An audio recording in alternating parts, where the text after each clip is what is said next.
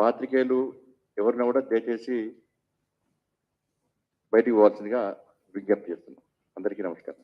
ఇప్పుడు గౌరవనీయులు పెద్దలు శ్రీమతి నిర్మలా సీతారామన్ గారిని మాట్లాడవలసిందిగా కోరుతాను.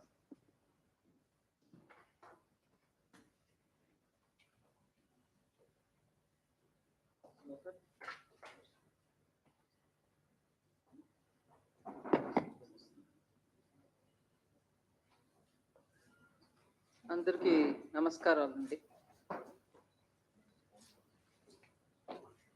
చాలా సంవత్సరాల తర్వాత హైదరాబాద్లో ప్రెస్ మీటింగ్. ఇప్పుడు నేను తెలంగాణ వచ్చినది పార్లమెంట్ ప్రవాస్ అని పార్టీ ద్వారా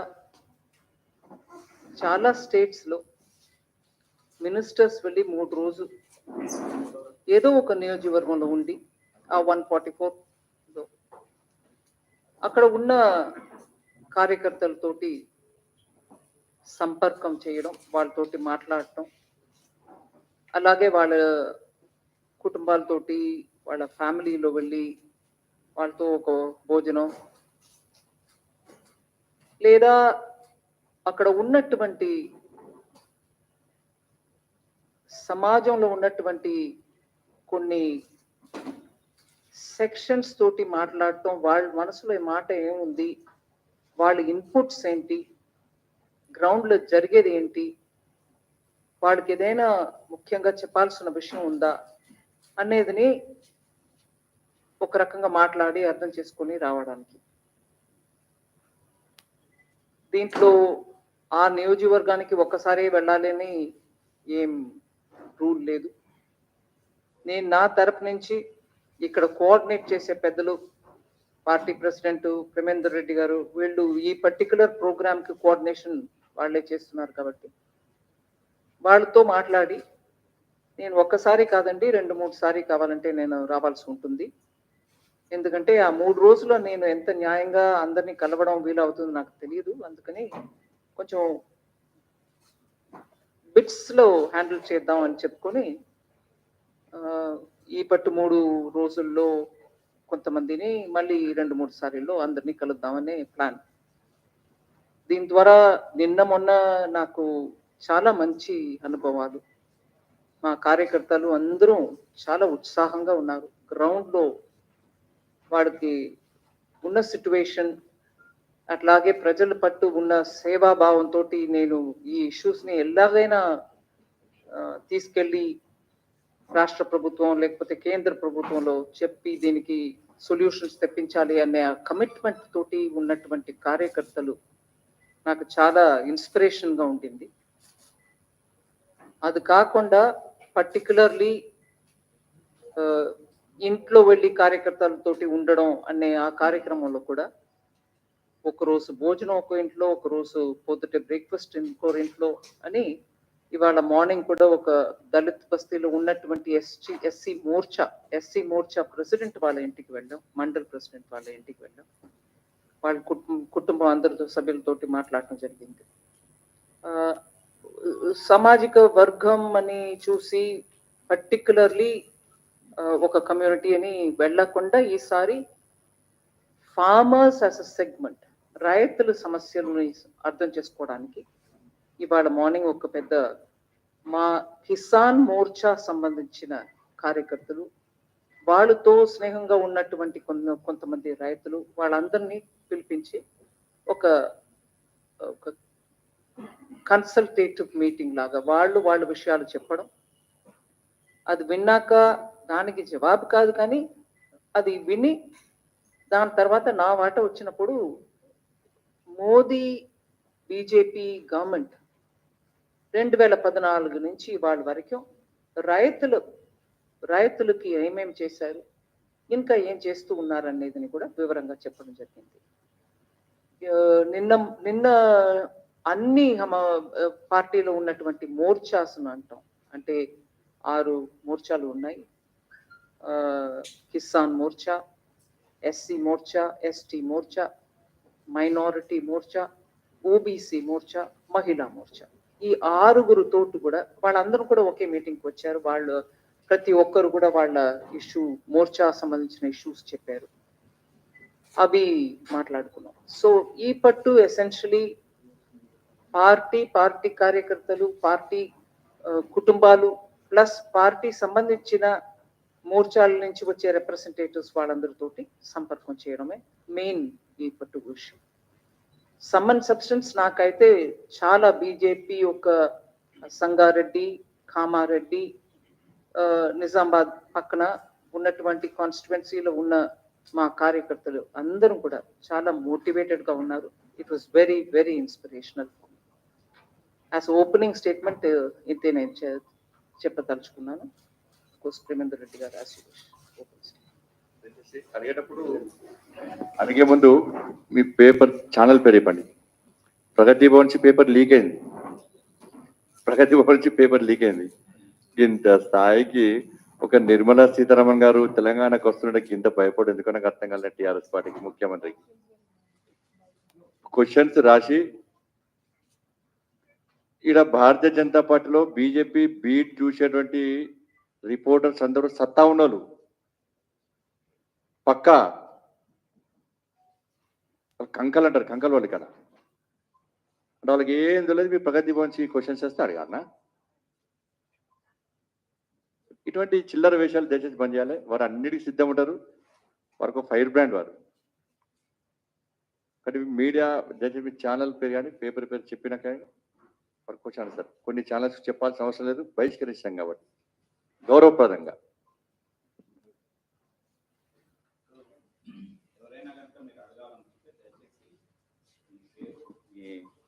ఏ వైపు నుంచి మీరు రిప్రజెంట్ చేస్తున్నారు అనేది మీరు అడగొచ్చు. మీరు అడిగితే వారు చెప్తారు.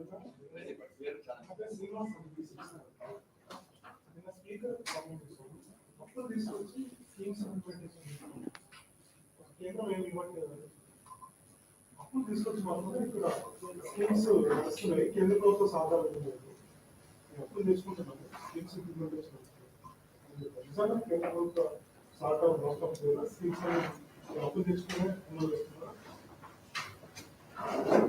ప్రతి స్కీమ్ కి కేంద్ర ప్రభుత్వం ఒక వాటా ఉంటుందండి, స్టేట్ ప్రభుత్వం ఒక వాటా ఉంటుంది. ఇప్పుడు లాస్ట్ 1 year నుంచి ఒక విషయం నేను మీ దృష్టికి తీసుకొస్తున్నాను. డైరెక్ట్ గా దీనికి ఆన్సర్ కాదు అది, కానీ అది చెప్పడం వల్ల ఈ ఆన్సర్ కూడా మీకు అర్థమవుతుంది. ఇది టెక్నాలజీ యూజ్ చేసి ఎక్కడ కూడా ట్యాక్స్ పేయర్ ఇచ్చిన డబ్బు అనవసరంగా ఒక్క రోజు ఎక్స్ట్రా కూర్చోకూడదు. ఏ ప్రాజెక్టుకు వెళ్ళాలో ఆ ప్రాజెక్ట్ టైంకి వెళ్ళాలి అనే ఆ దృష్టిలో ఒక సిస్టమ్ తీసుకొచ్చాము. ఇది ఈ ప్రాజెక్టుకు వర్తిస్తుంది నేను చెప్పట్లా, కానీ చెప్తున్నాను. ట్యాక్స్ పేయర్ ఒక్కొక్క పైసాని సరిగా ఉపయోగం చేయడానికి కేంద్ర ప్రభుత్వంలో ఏమేం చర్యలు తీసుకుంటున్నాం దాంట్లో ఒక్కటి మీ ముందు ఇప్పుడు పెడతాం. దానివల్ల డిజిటైజ్ చేసేసాం పూర్తిగా. ఇప్పుడు సెంట్రల్ స్కీమ్ ఒకటి ఉందనుకోండి, దాంట్లో సెంట్రల్ వాటా 60 రూపాయలు పెట్టి స్టేట్ వాటా 40 రూపాయలు పెట్టినాక అది 100 రూపాయలు అయి ఆ ప్రాజెక్ట్ లాంచ్ అవుతుంది. ఇప్పటి వరకు ఉన్నటువంటి పరిస్థితుల్లో ఈ సిస్టమ్ వచ్చే ముందు 60 రూపాయలు సెంటర్ పెట్టేస్తుంది, స్టేట్ వాటా ఉండదు.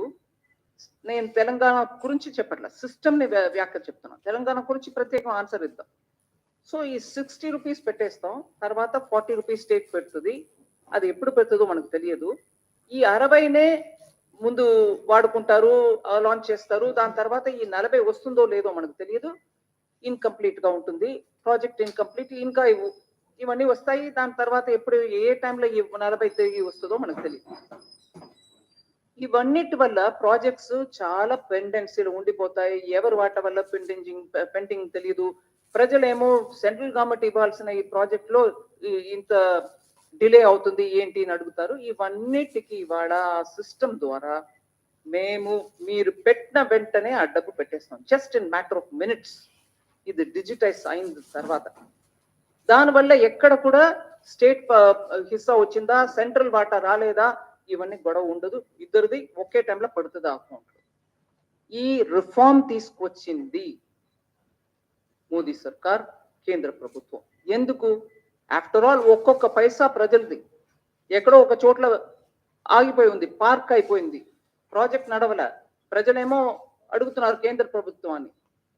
ఇంకా గోల ఉండకూడదని ఈ సిస్టమ్ తీసుకొచ్చాం. అది ఇప్పుడు ఒక ప్రాజెక్టు నేను అప్పు తీసుకొచ్చి నడుపుతున్నా, దీంట్లో కేంద్ర ప్రభుత్వం సహకారం లేదు అని అంటే అది కేంద్ర ప్రభుత్వం ప్రాజెక్టే కాదు కదండి.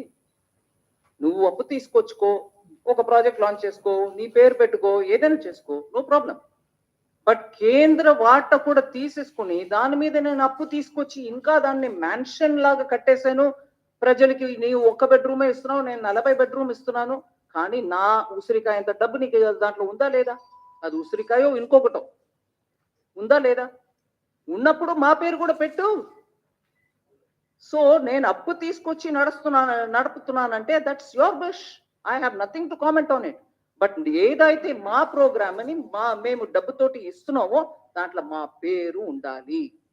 ఇది ప్రత్యేకంగా ఆ పేరు మార్చడం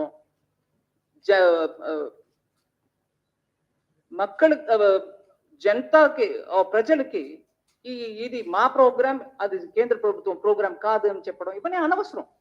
ప్రజలకి కేంద్ర ప్రభుత్వం ఇస్తుంది, మీరు ఇస్తారు, ప్రజలకు మంచి కొరకు అందరూ చేస్తున్నాం. అందరం చేస్తున్నప్పటికీ అందరూ చేస్తున్నాం ఒప్పుకోండి. కేంద్ర ప్రభుత్వం వాటే లేదు, మేము మా పేరు పెట్టుకుని కప్పు తీసుకుని నడుపుతున్నాం అంటే అది మీ ప్రోగ్రామ్ అయ్యా. దాంట్లో నాది ఉంటే నాది ఉందని చెప్పడానికి నీకేం అభ్యంతరం అని అడుగుతున్నాం.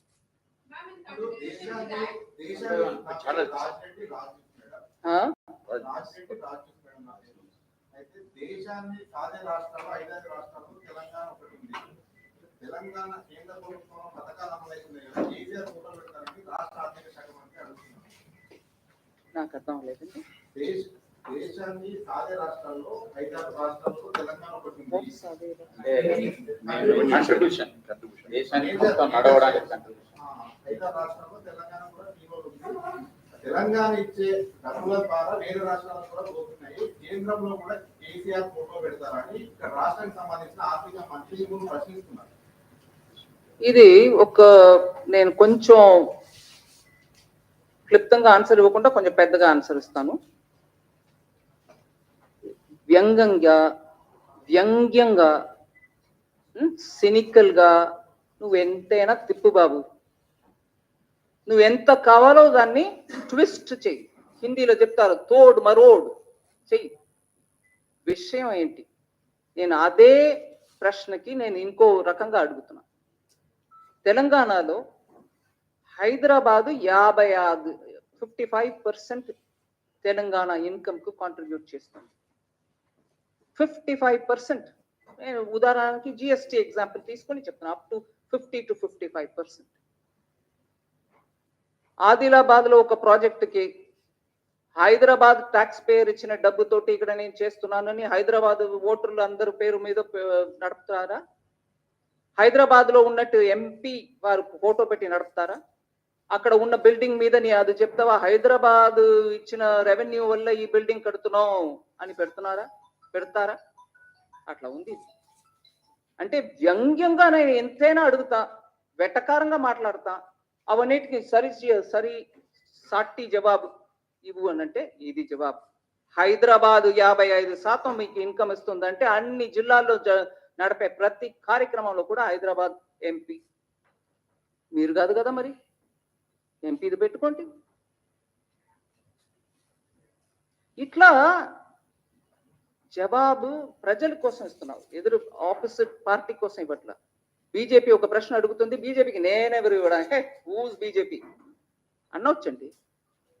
కానీ బీజేపీ అడిగే ప్రశ్న, అలాగా టిఆర్ఎస్ అడిగే ప్రశ్న, ప్రజలకి దానికి జవాబు కావాలనే దాని కోసం అడుగుతున్నాం.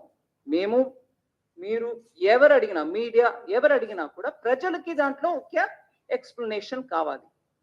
అది ఇవ్వడం ఇవ్వకుండా పోవడం అది మీ ఇష్టం. కానీ వ్యంగ్యంగా ఇలా తిప్పితే వ్యంగ్యంగా ఎవరైనా తిప్పగలుగుతారు.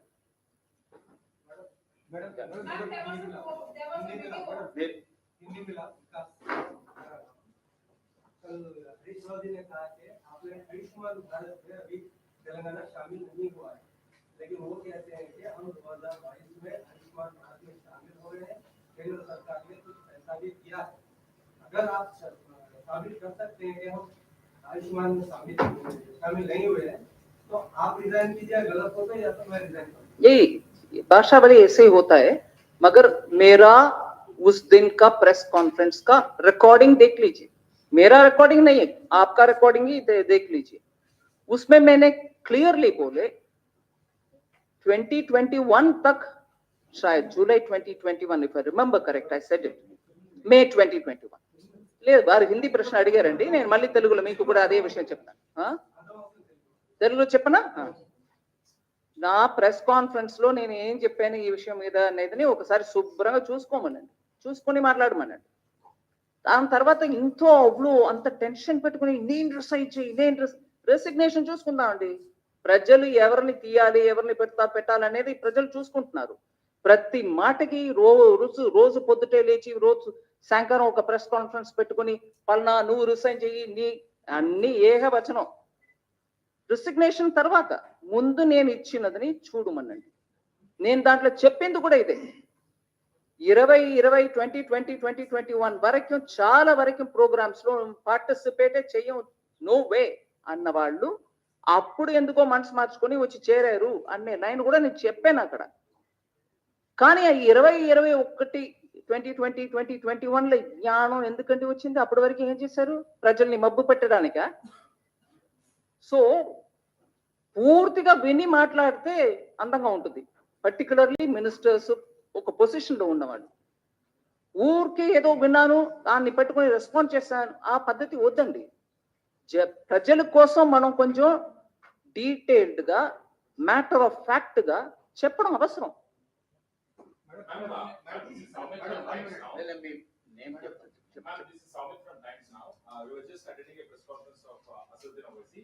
He said that after government of India has officially announced that they will be celebrating Hyderabad Liberation Day on September 17th, and big places to also participate in that celebration. So he has stated that we will also be part of that celebration. So only if the government of India celebrates it as a national integration day rather than Telangana Liberation Day. So what would you like to say on that?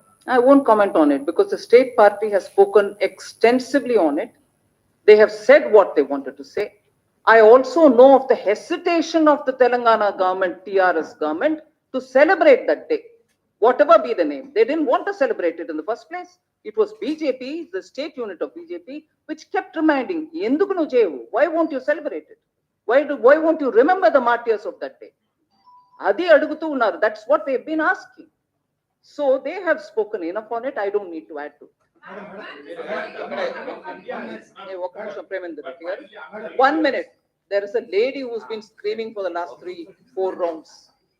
Please.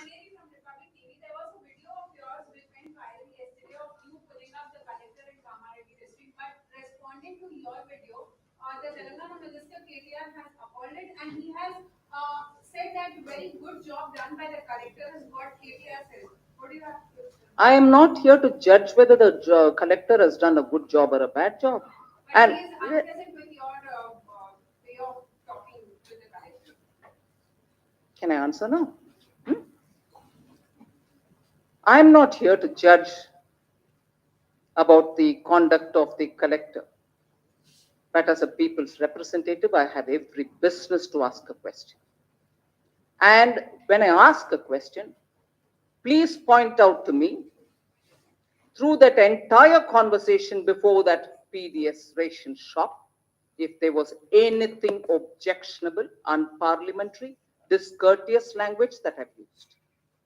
So as a people's representative, if I ask a question to an administrator, and if he is unable to give me an answer, I even went to the extent of saying, "Oh, you don't have an answer now? Maybe after half an hour you can give me." I said that also. Now, if after that, somebody, whoever be it, minister, MP, MLA, whoever be it, media, if you think that wasn't right, you have every right to your opinion. But I think, as a people's representative, I have every business to ask and seek an answer. If my language was objectionable, you have every business to comment. But I think I've not crossed any limits of parliamentary language, discourteous language, none of that. So where is the objection? Madam, the 15th Finance Commission has, I'm Rahul from the Hindu. The 15th Finance Commission has clearly recommended to the Government of India to revisit the FRGM Act. After all, the Act is 20 years old. The 15th Finance Commission Has recommended to Government of India to revisit the FRGM Act. It's almost 20 years old now. I'm asking this question in the background of frequent posers of our Chief Minister that the limit of FRGM has not been raised for the government, state government, to raise additional loans. What is your stand on that? 15th Finance Commission recommends. During COVID, because of the contingency, which was the arisen out of the pandemic and the lockdown, the borrowing limits of the states were increased from 3% to almost up to 5%. Some with, a few of them with some conditions which were with an objective of getting reforms through. So the conditions were not indiscreet, they were very clearly aimed at achieving some of the objectives of reform. So the central government, at the time of the lockdown, post the lockdown, because of COVID, understood and in consultation with the states, understood the states and in consultation with the states, increased the borrowing limit. So we have responded where there is a need for increasing the borrowing limits. Madam, one question. I have two questions. First one is for the purpose of tax. Very important. Yeah, this is funded from Hansing here. For the purpose of taxation, it may be central, state, or local. Is it that the taxes are paid by Karnataka, Telangana, Andhra, or India? That's number one. Number two. Or? What did he say? Karnataka, Andhra, or Indians. What is the rule for this? Second one, there are lots of illegalities taking place in the case of fintech companies. They are violating IRDA rules, they are circumventing RBI rules and holding deposits. And why is that illegal? What companies did you put as a word adjective? Fintech companies. Fintech companies. Aggregators, apps, whatever. Why is that no one is taking? That they collecting deposits. Yeah. You're done? Yeah. I think you've answered your question yourself by saying, is it paid by Andhrites? Is it paid by Kannadigas? Is it paid by Indians? You have the answer embedded in your question itself. So it's worrying that sometimes when people want to rake up regionalism and question as though the center is an alien and the states are the ones which are going to have to ask such questions. You've answered your question, but I've just elaborated on the fintech companies collecting deposits, which probably go against the law. There should be somebody flagging it. And if it's flagged, I can work with the Reserve Bank and ensure that it doesn't happen. Wrongdoings can be contained.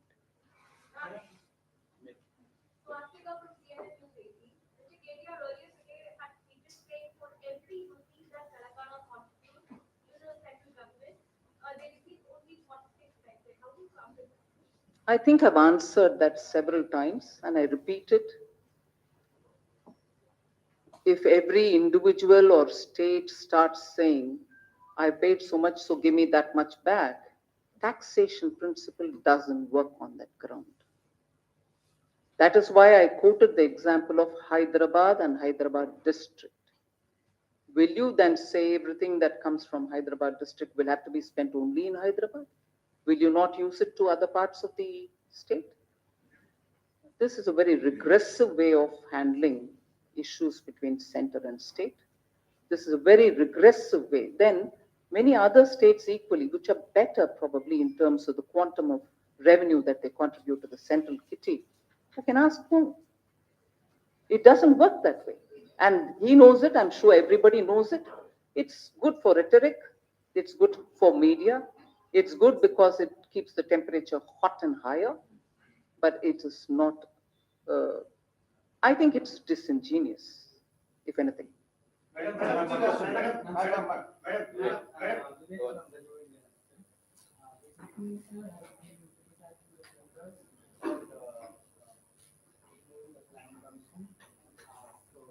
When some intellectuals from Telangana, they were suggesting that there should be some body which has the power to control the expenditure of the state, and it should be independent of so they are suggesting that some body should be there. So the planning commission earlier, according to them, therefore, was controlling their expenditure, and that was okay for them. But whereas under the constitution, there is an act which tells the government of India expenditure department should have an oversight over the state's expenditure, that's objectionable. So what is provided by constitution is objectionable, whereas what the planning commission, which at that time was not even constitutionally provided, it wasn't even statutorily provided, that is acceptable. So please, let's do some homework on it. I want to learn more on this. A constitutional provision for the central government expenditure department to make sure that the borrowings of the states are also taken into consideration to understand where the debt to GDP ratio will be is objectionable, whereas you want a body which was not even a constitutionally provided body to govern and say that is acceptable. So I'm surprised at this. No arguments here. If you're voicing your view, I'll take it. Then. Yes. Yes. Right. Absolutely. I should have come out long back. 40,000 becoming 1,40,000. I'm sure it should have come out long time back. I agree. Yeah, ma'am, one question. Ma'am, the GDP growth in the first quarter was 13.5%. Do you see similar double-digit growth for that time? Well, I'll hope for. We'll work for it. And I'm also taking into consideration the facts that economies which were far developed than India, economies which are comparable with India like the other emerging markets, and I'm not deriding anybody, but the reality is, at a time when multilateral institutions, whether they are World Bank, IMF, or any others, were looking at global economy, are clearly saying that many of these countries are on the verge of recession if they are already not in it. And, sorry, and there are economies which are at a high risk of recession. Some of them 85%, some of them 15, 16%. And the report also very clearly says that India is not on the verge of a recession at all. So, if we are not on the verge of recession,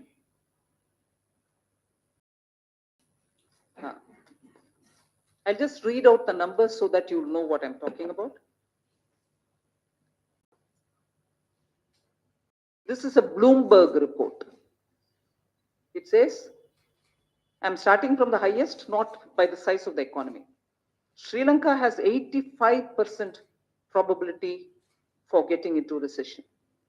New Zealand 33%, South Korea 25%, Japan 25%, China 20%, Hong Kong 20%, Australia 20%, Taiwan 20%, Pakistan 20%, Malaysia 13%, Vietnam 10%, Thailand 10%, Philippines 8%, Indonesia 3%, India 0%. Bloomberg report. So if we are not on the verge of recession, it also gives me the confidence that if we are constantly responsive in terms of the sections which need hand-holding, in terms of the boost that we have to give the economy, we will keep going on that route. And therefore, the Q1 growth, which some argue saying it's on the base on a low base. But low base of last year, Q1 over 2020, when there was a lockdown, also was low base. So it's all right, whatever be it. Compared to the economies that we are talking about, we are still on a very sound wicket. We are literally the fastest growing economy. The number, whether it is 7.8, 7.5, 7.4, all that is later when it comes. But we will be continuing to go in that strength. I think the people of India have really understood that they are coming out and spurring the economy, and I'm really grateful that they're coming out of the COVID distress. No, just let my added question on ఒక్క this. నిమిషం, one second, మీరు అయిపోయింది, please.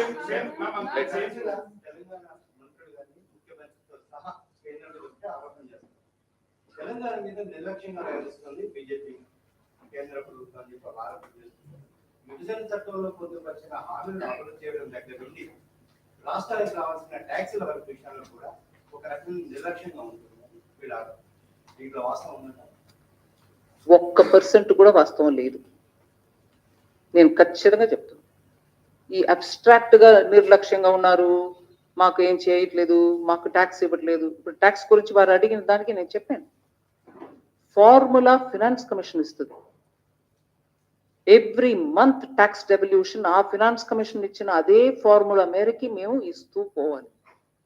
అది ఇవాళ వరకు up to date గా ఉన్నాం. అది మాత్రం కాదు, కొన్ని నెల నేను అడ్వాన్స్ గా రాబోయిన మంత్ లో ఇవ్వాల్సినది కూడా ముందే ఇచ్చేసి, సో దట్ వాళ్ళకి చేతులు ఉండాలి, ఖర్చు పెట్టే వాళ్ళు స్టేట్స్ అని చెప్పుకొని టైంకి ఇవ్వడం మాత్రం కాదు, ముందే ఇవ్వడం కూడా జరిగింది. నాలుగు సారి మొత్తం అట్లా చేసాం బిట్వీన్ 2020 అండ్ బిట్వీన్ 2021 అండ్ ఇప్పుడు. సో ట్యాక్స్ ఏ రేట్లు ఇస్తున్నాం అనేది ఫిక్స్ చేసేది మేము కాదండి, it is central finance commission. ఒకటి.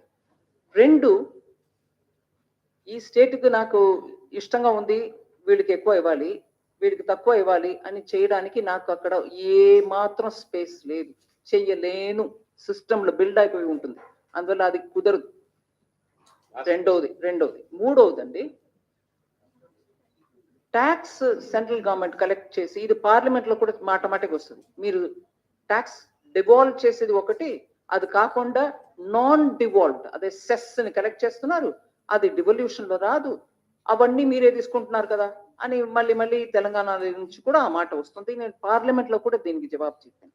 ఆ కలెక్ట్ చేసే సెస్, ఊరికే చెప్తున్న ఉదాహరణకి ఎడ్యుకేషన్ సెస్, హెల్త్ సెస్, ఇలా building roads infrastructure cess collect చేసేది అన్ని కూడా స్టేట్స్కే పోతాయి.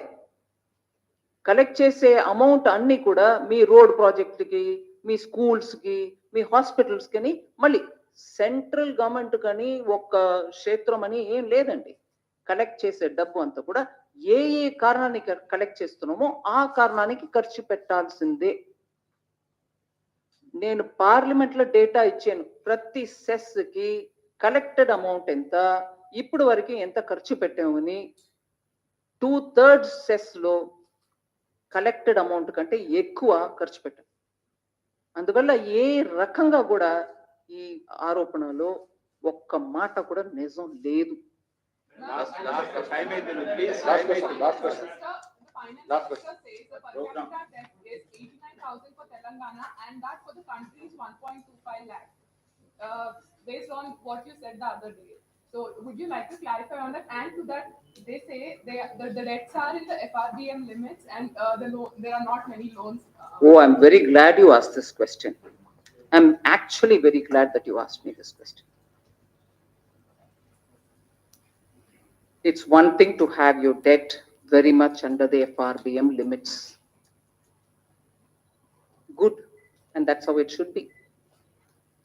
There are out of the budget borrowings, which you also do, and these are when your public sector undertakings under the state government or any other such, who have revenue source of their own and whose board takes a call and then you go and borrow. And then that board, that company can repay it. But what is shown in the budget, which the central government also under the FRBM asks, saying how much is it? Is it 4%? Is it beyond 4? Is it 5? And during COVID period, it didn't have to go beyond 5 and so on. If you borrow under the FRBM, but probably borrow as much or more outside of that, which doesn't come into the budget. It's outside of the budget. Now, both put together, you may say, why should you put together? They have taken care of by borrowing because they have a provision to borrow. They also are seeking permission and then borrowing. But many of that is beyond their capacity and it doesn't even come into your budget. You're not telling the people of Telangana or the elected representatives about that burden also getting added on here. So, in a way, we are all spending time talking about things, saying, no, it is blue, dark blue, but not light blue, but that it is blue is the discussion. And that, in a way, by getting further deeper in this conversation, Telangana is probably accepting that they are actually beyond the limit. So it is this, but it is not that. Arey Baba, both put together, it is that. Na? Will you put together? You shouldn't put together will be the next answer. I can tell you by before the time I leave from the city, there will be one more response. There will be one more response to say, no, what is she saying? You can't add these two. I'm not saying add these two, but eventually the state is getting burdened by out of the state budget borrowing as much as this. This at least is in the knowledge of the assembly, that is not. Chepta. For the out of the budget borrowings, you have already added for the previous years. It should be retrospective instead. I'm not getting into that debate, ma'am. We can have it separately. I'm not refusing to get. ఒక్క నిమిషం అండి జవాబు చెప్తున్నప్పుడు నాకు అంత intelligence లేదు మీ లాగా అష్టావధానం చేయడానికి కొంచెం మెల్లగా వెళ్తా. So it's all right. We can always get into the details of this is not it, that's not it. Is she talking like this? Overall, and I quoted the former finance minister of Telangana when I said, every child born in the state has now got 1.25 lakh on their head. What was the response to it? No, it's not 1.25, it is probably 110. You're admitting that you're burdening the future generation. Wo hai story. Please. No, I can't. I just want to say, but No, you had your turn. Please hold on. That one, ఇప్పుడు వరకు ప్రశ్న అడగలేని వాళ్ళు అడగండి మళ్ళీ అదే.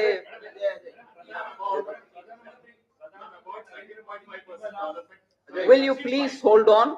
I would like somebody who's not asked a question to ask me kindly.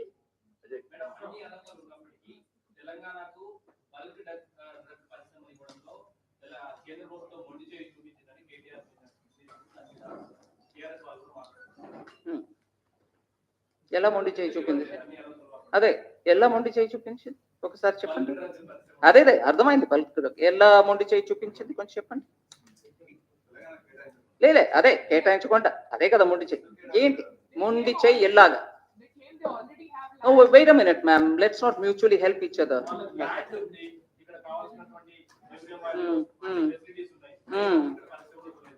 ఇవ్వలేదు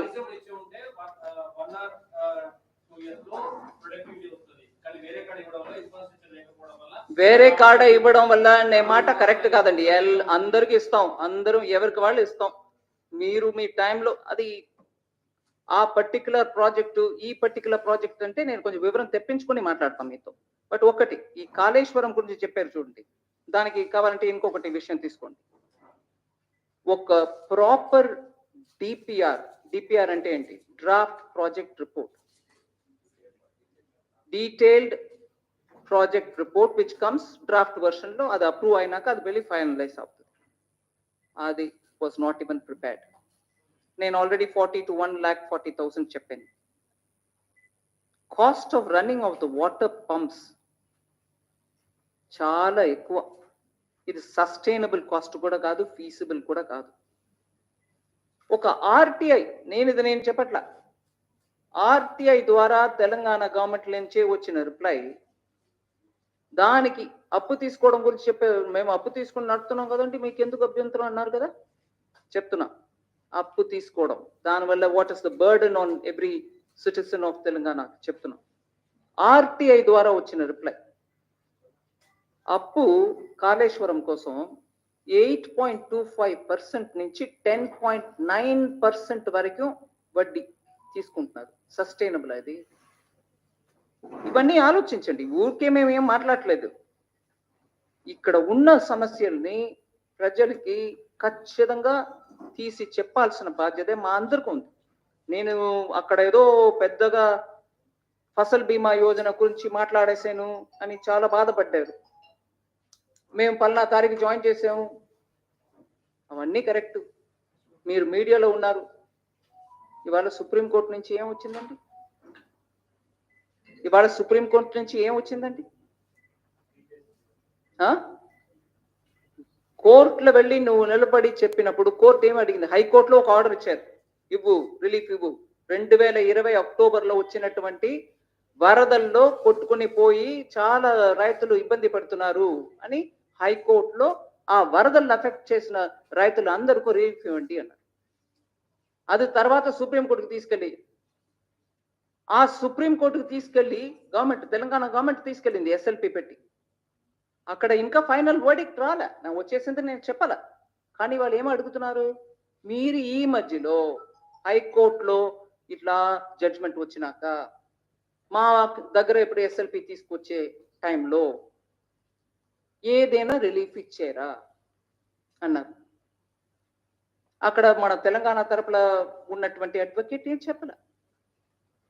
కానీ నేను మీకు ఆ విషయంలో ఒక మాట చెప్పదలుచుకున్నాను.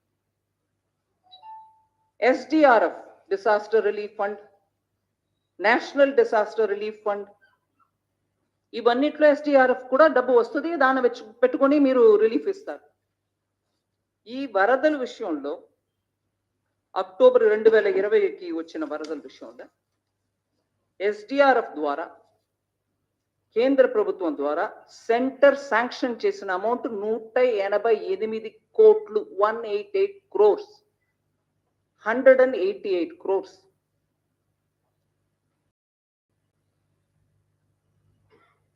ఫిబ్రవరి 2021కే వచ్చేసింది.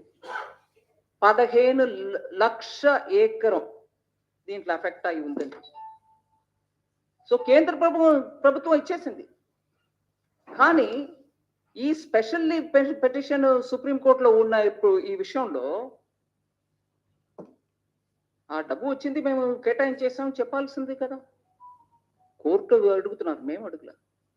మేము ఇవ్వాల్సిన 188 crores ఇచ్చేసామండి ఎస్డిఆర్. ఆ అక్టోబర్ 2020 వరదలకి ఇవ్వాల్సింది ఇచ్చారా లేదా నాకు తెలియదు, కోర్టులో ఉంది మాట. కానీ ఇవాళ మీడియాలో వచ్చింది కాబట్టి నేను కోర్టు చేస్తున్నా, నేనేం కొత్తగా తీసుకురాలా. అక్కడ క్లియర్గా ఆ రిపోర్ట్లోనే అంటున్నారు 2020 వరదలకి ఎస్డిఆర్ఎఫ్ ద్వారా కేంద్ర ప్రభుత్వం 188 కోట్లు. I read that sentence if you want.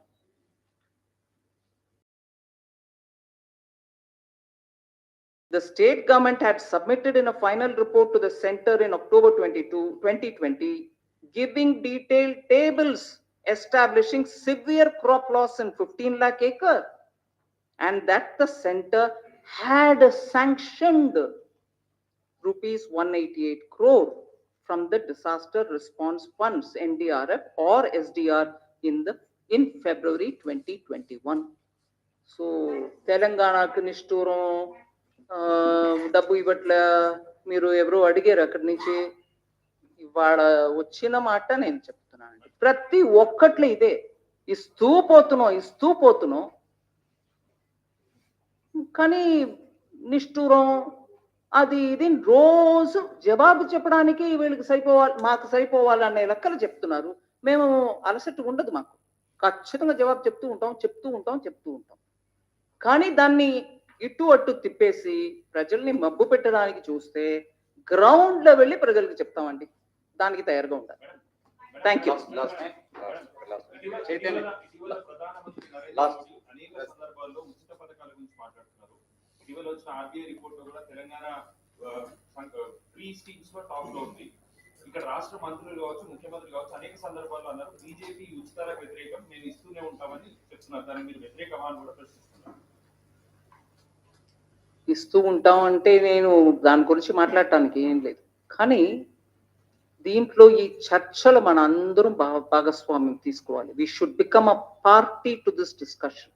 అదే నేను చెప్పేది. ఎందుకంటే ఉచితంగా ఇస్తున్నాం అని అంటే ఆ ఉచితానికి అర్థం ఏంటి? ఎక్కడో ఎవరో ఇస్తున్నారు. వాగ్దానం ఇచ్చి ఉచితంగా ఇస్తున్నాం అనంటే నువ్వు పవర్కు వచ్చినాక దానికి కావాల్సిన ప్రొవిజన్ నీ స్టేట్ చేయగలుగుతుందా? నీ దగ్గర అంత సొమ్ము ఉందా, అంత ట్యాక్స్ రెవెన్యూ ఉందా అని అసెస్ చేసుకొని దానికి కావాల్సిన ప్రొవిజన్ ని బడ్జెట్ లో చూపించండి. నేను ఉచితంగా 15 లక్షల రైతులకి లోన్ వేవర్ 1 లక్షం తలుచుకున్నా, దానికి ఇంత అమౌంట్, ఆ అమౌంట్ నేను బడ్జెట్ లో పెట్టాను. మా స్టేట్ లో అంత సొమ్ము ఉంది, నేను పెడతాను అని పెట్టి చూపించండి.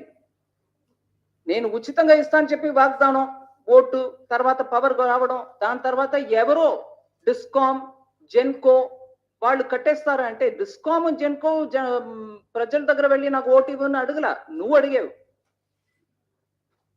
దానికి ప్రొవిజన్ చేసే ఆ రెస్పాన్సిబిలిటీ కూడా మన దగ్గర ఉండాలి. అంత రెవెన్యూ స్టేట్ లో ఉందని ముందు చూసుకో. లేదు అప్పు తీసుకునే ఇస్తాం అని అంటే అప్పుకు తగినట్టు రెవెన్యూ వస్తుందా అని మీరు ప్లాన్ పెట్టండి. అప్పు తీసుకుంటాం అంతే, తర్వాత వచ్చేవాళ్ళు చూసుకుంటారు అనే రకంగా చేస్తే అది రెస్పాన్సిబుల్ గవర్నమెంట్ కాదు. ఇవన్నీ ఇది ఒకటే కాదు, ఇట్లా ఇంకా చాలా ఆర్గ్యుమెంట్స్ ఉంటాయి, అవన్నీ కూడా రావాలి.